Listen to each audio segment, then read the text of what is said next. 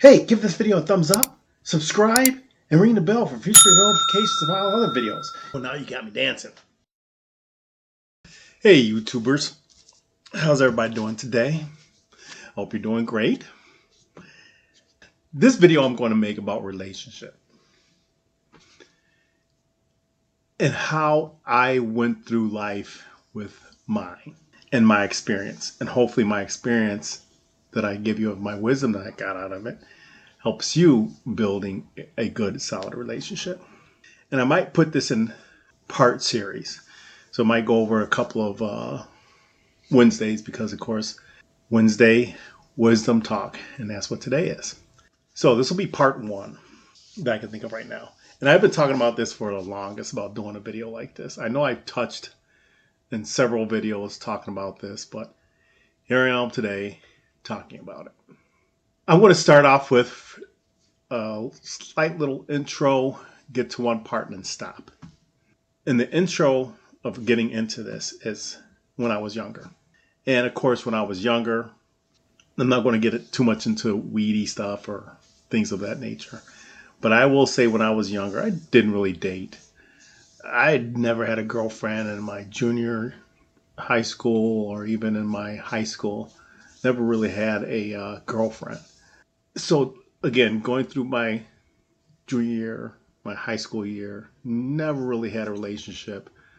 Still really, and the key thing is, I was still trying to figure out who Rico was. I was trying to find out who Enrico was.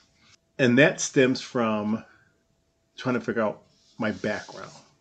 And I've touched bases on that before, and I'll probably follow up on a couple of quick wisdom things like I'm doing today with this. And the reason why I state that is relationship starts with you and yourself. Actually, it starts with you and God, or you and a higher power. Because if you don't have that relationship, it's going to be kind of rocky trying to find out and have a relationship with yourself. So I've always had a belief in God. I didn't have a solid foundation, I don't think, when I was in high school. Nor did I have a really solid foundation in my younger adult years. I think my solid foundation came about with God. My solid relationship foundation with God came in my mid 20s, mid to late 20s. That's when I really, really looked into God. And I'll get into that topic in a little bit. So getting back to the relationship, you need to build that relationship with God. Once you have that relationship, praying, reading the word, understanding, letting them in your heart, believe, you got to believe in them, trust them. All your trust should be in him. Then you can move on to the second step. I know that step is quick, but the second step it's even harder. And why I say that is most people have a hard time believing and trusting in God because it's just a word or a name. It's nothing physical, nothing you could see. So with yourself, that you should have started when you were younger, pre-middle school, into middle school. And why you may ask that is because that would have defined who you are for the rest of your life. That would have helped you with relationships for the rest of your life. Because if you don't have a relationship with yourself, meaning if you don't know who you are, if you don't love yourself, you definitely cannot love anyone else. Definitely cannot love anyone else. And how can somebody else love you if you don't love yourself? So as you're building that relationship with God, getting it solid, trying to find out who you are, I guess those could be both kind of simultaneously, but you really want to build that relationship with God. And you don't know when you're younger. All you do is listen to your parents. Your parents help you try to build that relationship. It's up to you to want to accept it and move with it. So once you find out and you're building your relationship with you, can you live alone? Are you happy with yourself? Are you pleased with how you look? And what I mean by that is don't go out and looking for outer love. Don't go looking for outer acceptance. Don't go out looking for outer approval. And what I mean by outer of your body. People that you're going to other people, getting that approval for your look, getting that approval for who you are. All that approval is external, is what I really should say. External approval. You don't need external approval. You need an inner approval. Once you get an inner approval, you can push that out on other people, and they will accept it. That's why you get a lot of people who are egotistic, a lot of people who are, how can I put it, bully. All these types of people push it out there. Most bullies come from hate. They don't like themselves, but they want to portray who they think they could be, and they try to force that on others. That's what bullies do. So don't look at a bully and say, "Oh, he's got it together. Oh, he knows who he is." No, he doesn't. He's really struggling. Don't look at people who are egotistical and think, "Oh, they really got it together." No, they don't. No, they don't. They have no clue. When you see somebody who's humble, somebody who's content with themselves, meaning they love themselves, they're not looking for outer approval. They're not looking at you thinking, "Hey, you're going to give me a reason and a belief of who I am." That type of person is not looking for that. You got to get to that point. You got to humble yourself, love yourself. There's one part in the Bible where it says, pray and ask for God to come into your heart and stay. That helps you because he helps ground you. He helps you get that righteousness. He helps you to get that humility. He helps you. And like I said, the reason why I say that's the hardest part, and I could sit here and talk about this forever. There are no shortcuts. Nobody can sit up here and write a book. I mean, a lot of people go, "Oh, we need a psychologist. Oh, you need a counselor." All a psychologist and counselors are going to do is sit there and ask you questions to help you figure it out. And when I was going to college, I was thinking about becoming a psychologist. I was thinking about becoming a counselor. And what I've learned are that most counselors were addicts. Uh, they had issues themselves. Most psychologists, same thing, had issues themselves. And if they didn't, they don't really understand the issues. And that's the reason why I dropped out. Because I could sit up here and be a counselor for someone, drug addict, alcohol, self affirmation or whatever. However, I can't even think of the words right now because I'm talking and trying to think, but also think about what I want to say. I could have been a counselor and done these things, but if I've never experienced it, I don't know how people are going through it. And that's what I was told by the teacher as well as a lot of the students that were in the class, in the counseling class. They had admitted that a lot of them were in that situation, and they wanted to help others get out like they did. They wanted to give their experience to others on how to get out of it, how to control their life, self-esteem, how to build their self-esteem, all this stuff. I understood it. I understood what they were saying. At first, I was thinking, I'm like, "Oh, that's a bunch of," but then I started really understanding it. Yeah, how could I? It's like the saying in the Bible: how can I remove the sawdust in your eye when I have a wooden beam in mine? I can't help somebody out of a situation that I haven't been in. I could give advice and hope that that helps, but I can't really lead you through it. It's kind of like the blind leading the blind, or I'm sorry, the blind leading the blind. I could sit up here and show somebody how to stop drinking. But if I never drank alcohol in my life and gotten that stupor where I'm drunk and just can't control how to stop it, how can I lead someone? That's why I didn't become a counselor. And that's why I say you have to learn these things on your own. You could go to a counselor, you could go to a psychologist, and they could give you what they went through. And hopefully you grasp something that pulls you out, right? It's kind of one of those throw a string down that pulls you out.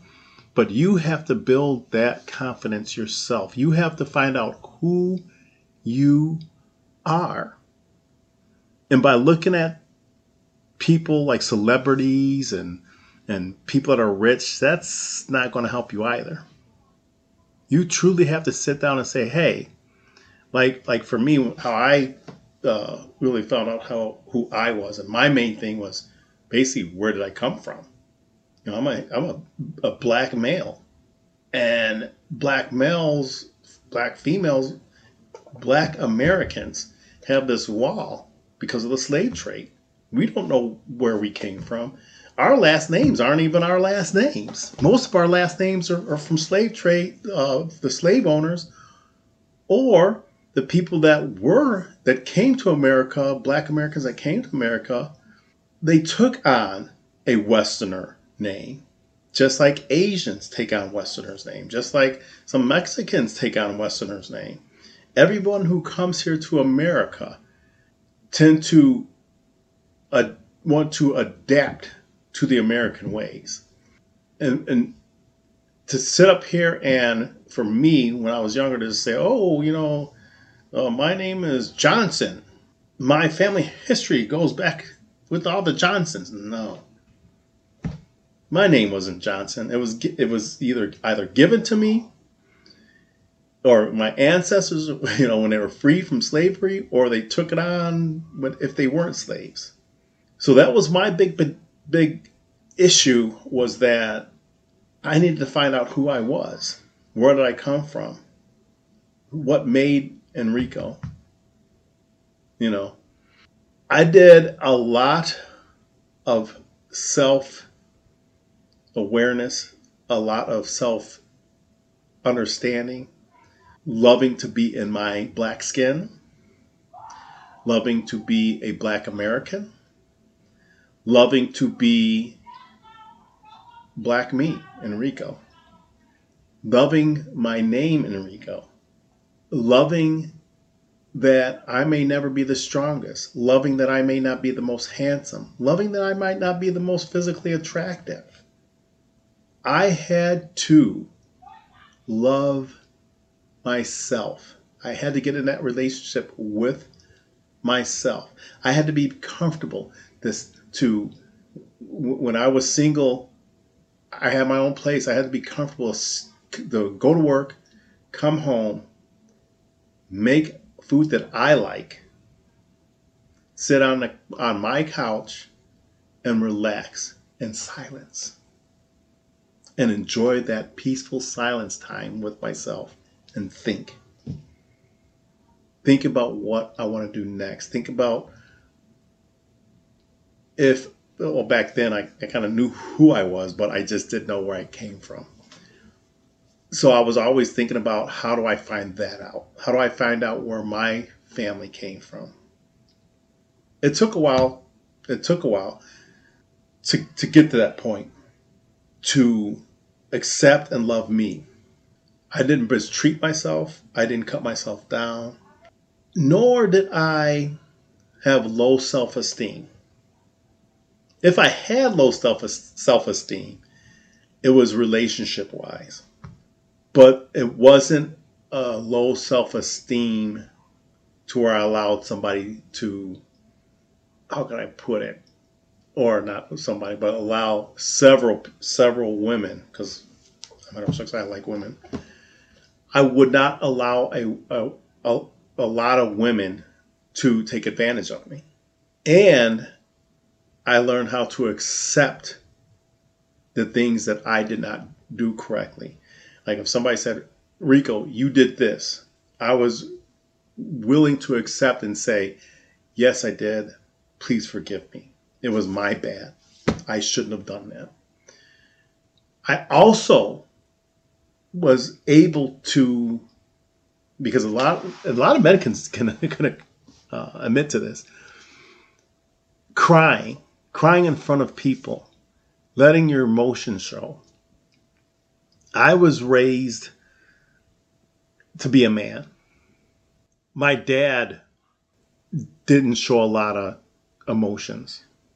My dad, and I'm not saying nothing bad about my dad. I'm just saying these are how he, I'm not going to say he was raised that way, because his dad wasn't really in his life. But these are the things that he was told as he was growing up to be into a manhood. Be strong for your family. Don't show emotions. Don't show you that you're afraid. Push on, push on. That's how I was raised. But I had my mother, my loving mother, who showed us emotions, allowed our emotions to come out, and allowed us to be who we are. And that's a human. We're all human.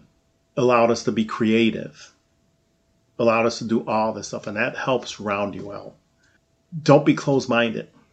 If you're closed minded, you're not going to be able to find out who you are. Be open and acceptive of things that you know that you are able to do, and be able to admit to the things that you cannot do and be proud of it. These are all the things that I had to learn. I can't tell you how to do it, but I could, again, yes, I've been through it, but I can't tell you because everybody's different.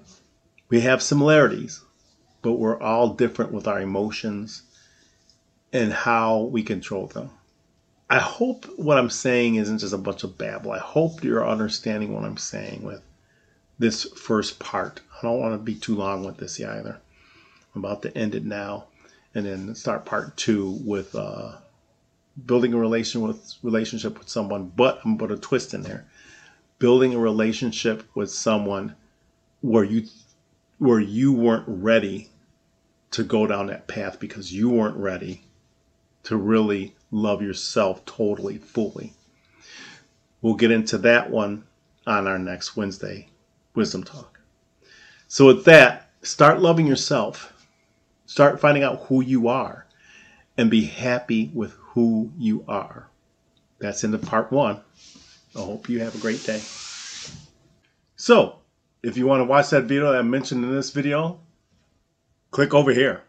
If you want to watch the video that I may or may have not mentioned in this video, that I think that you might be interested in watching, click over here. If you have not yet subscribed and would like to be a subscriber, where I wish you would, click right here. And until our next video, see ya.